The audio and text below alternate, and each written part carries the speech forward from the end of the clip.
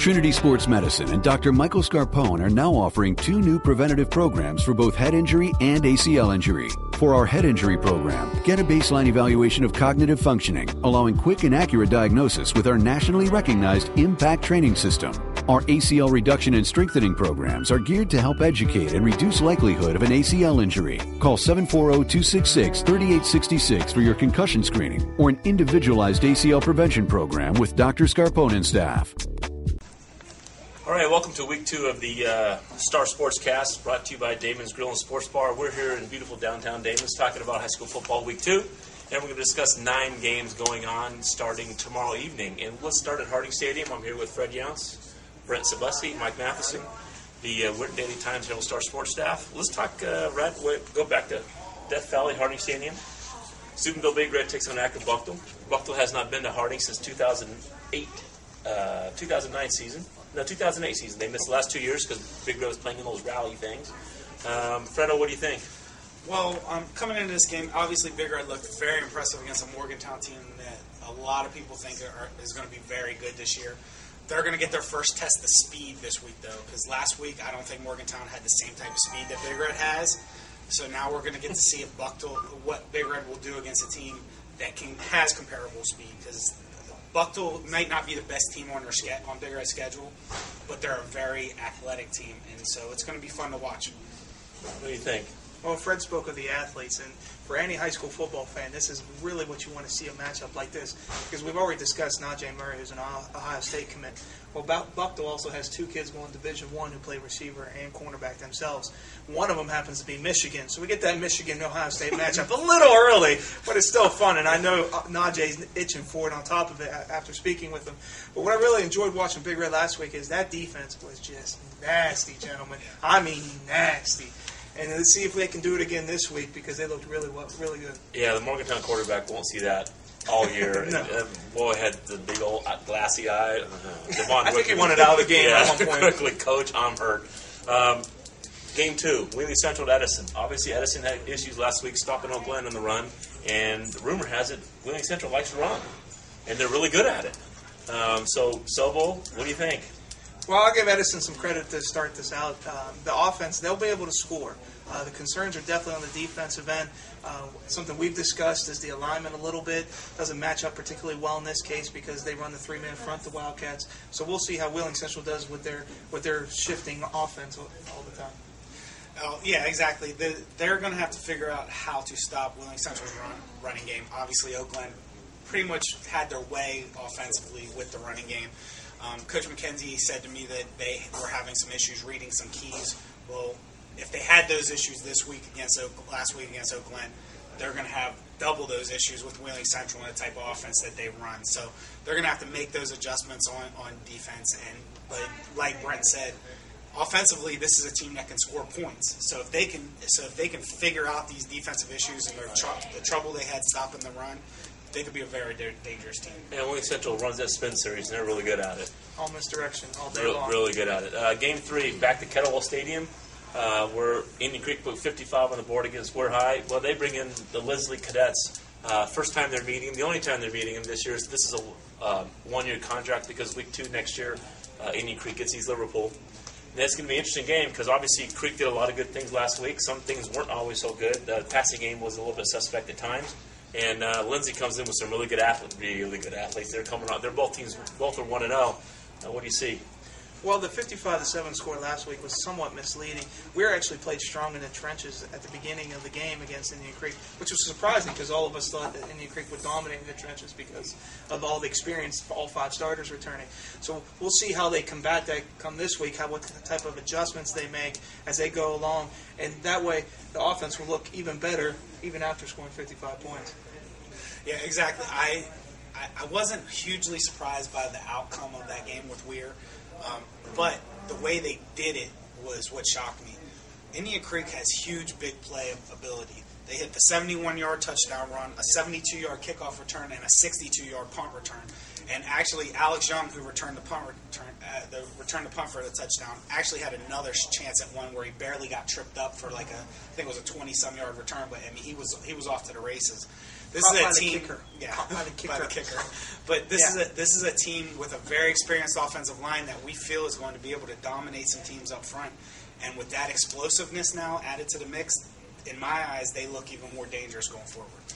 All right, we're going down to Yorkville for Game 4, Central Crossing, whomever they are, against Buckeye Local. And since you're the Buckeye Local alum, we don't care about you. Okay. We'll talk to the Central alum about Buckeye Local. Obviously, Buckeyes 1-0. It wasn't all Jost and Deer last week, but obviously they're going to run the ball. Yeah, I mean, Jordan Pergolini played a nice game running the ball as a compliment to Deer. This Central Crossing team, a Division I team from Grove City, we don't know a lot about them. Sobo, through his investigations, found out that they run the Power I. Yes. Coming into this game, Good for something. I mean, a Division I team on paper sounds good, but this is a team that Buckeye Local has decided to honor their '94 team while they're in town. So that tells me something right there about maybe the potential this team has to be dangerous. So I think Buckeye Local, with the addition of Pergolini as a dual threat, so they have two running backs that can make big plays, and they showed the ability to hit a little bit of a passing game with Barsh.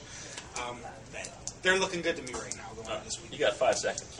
So what you're telling me is they're honoring a team, but it's not homecoming, so that basically sums it all up. Exactly. All right, we're talking Oakland. Oakland's going to Frontier. I know nothing about Frontier other than I read Tony Ferberto said they're a lot like Oakland. Oakland got a big win, big block extra point to beat Edison. Obviously with Tyler Steed, Dylan Davis, Lucas McDowell, and the Stuyvesant throwing the ball, they look pretty solid. They look pretty solid coming out this year. Having gotten to cover them personally, I was actually very impressed with Coach Roberto's squad. Ran the ball quite well, especially behind the right side of their offensive line. They just pounded it. You knew where they were running, and you couldn't stop them. And they're very talented in that regard. To see if they can dictate that type of pace again this week will be interesting. I don't know much about Frontier. I know that their senior quarterback that started 4 years is now gone, so they don't quite have that same advantage behind center that they would have a year ago. Well, the way I look at it is Oakland had some trouble with this.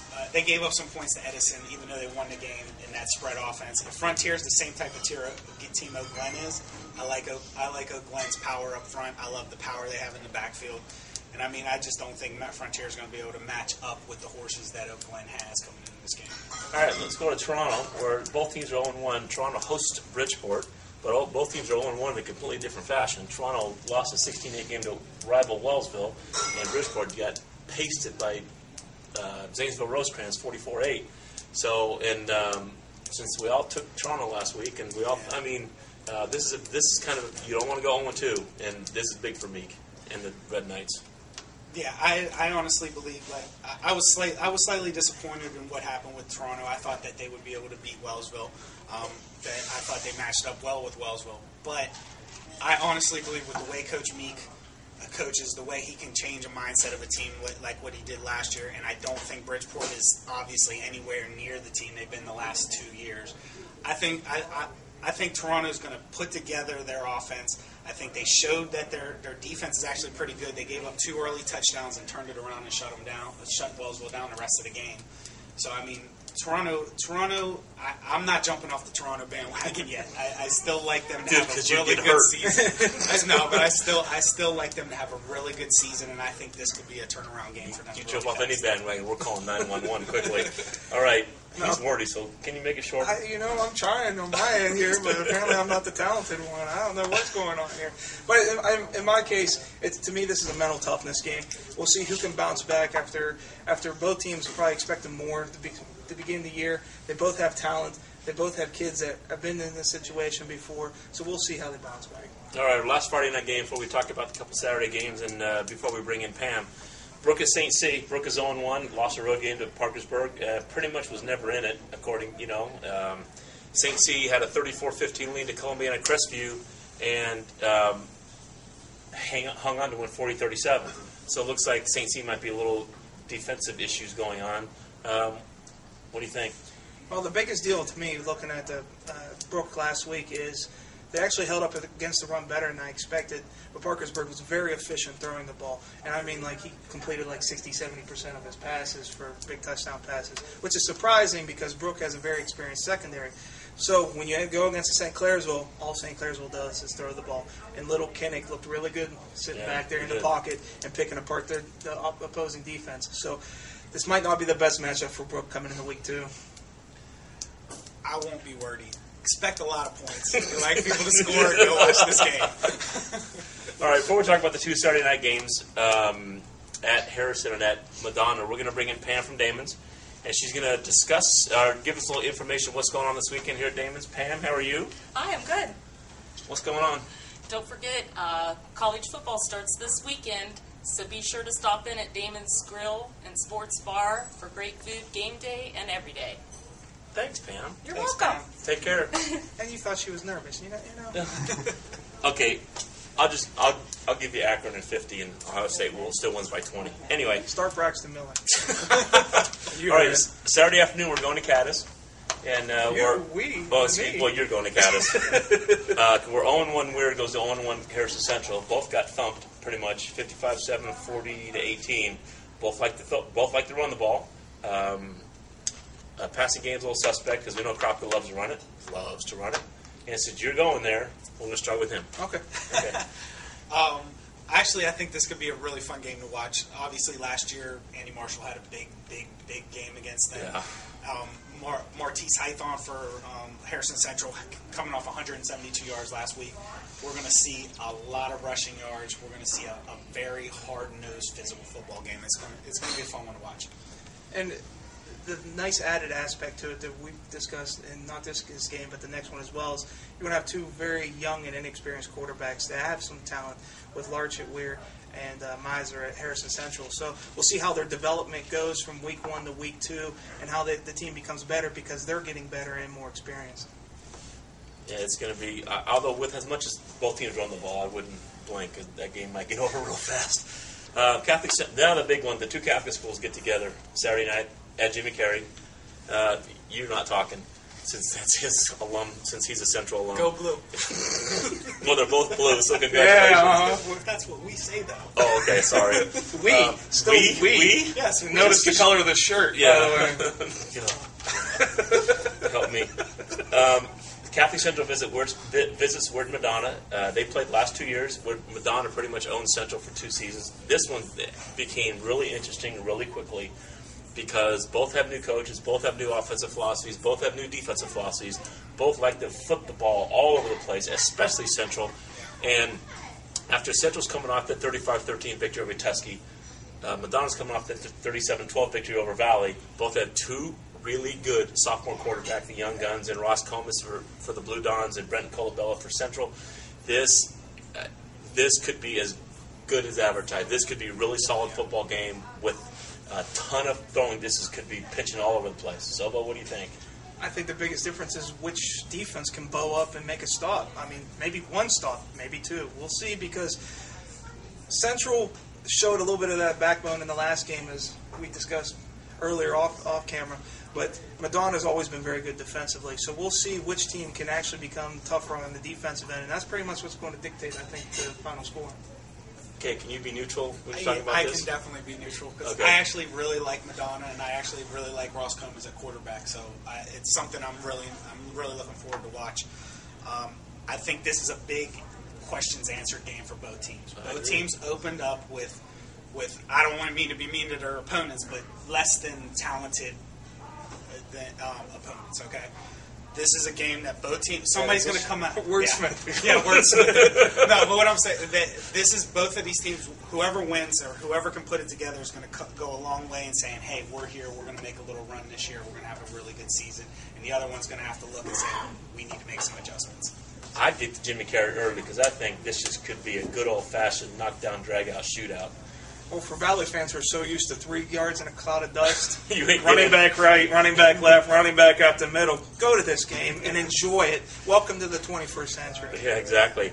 All right, a new feature this week, since the 3 of us aren't very smart, dumber, and dumbest we forgot last week, but a new feature this week, we're having a question of the week, and the winner of the question of the week gets a $25 gift card to the Damon's Grill and Sports Bar, and the question is, of the 9 games we just talked about, what's the one game that will feature 2 sophomore quarterbacks leading their teams? Here's how you answer. Send an email to sports@heraldstaronline.com sports@heraldstaronline.com. First one that gets it right, and we prove that you are who you say you are, Dennis Green all over again, then you get the gift card. This is week 2. See you next week.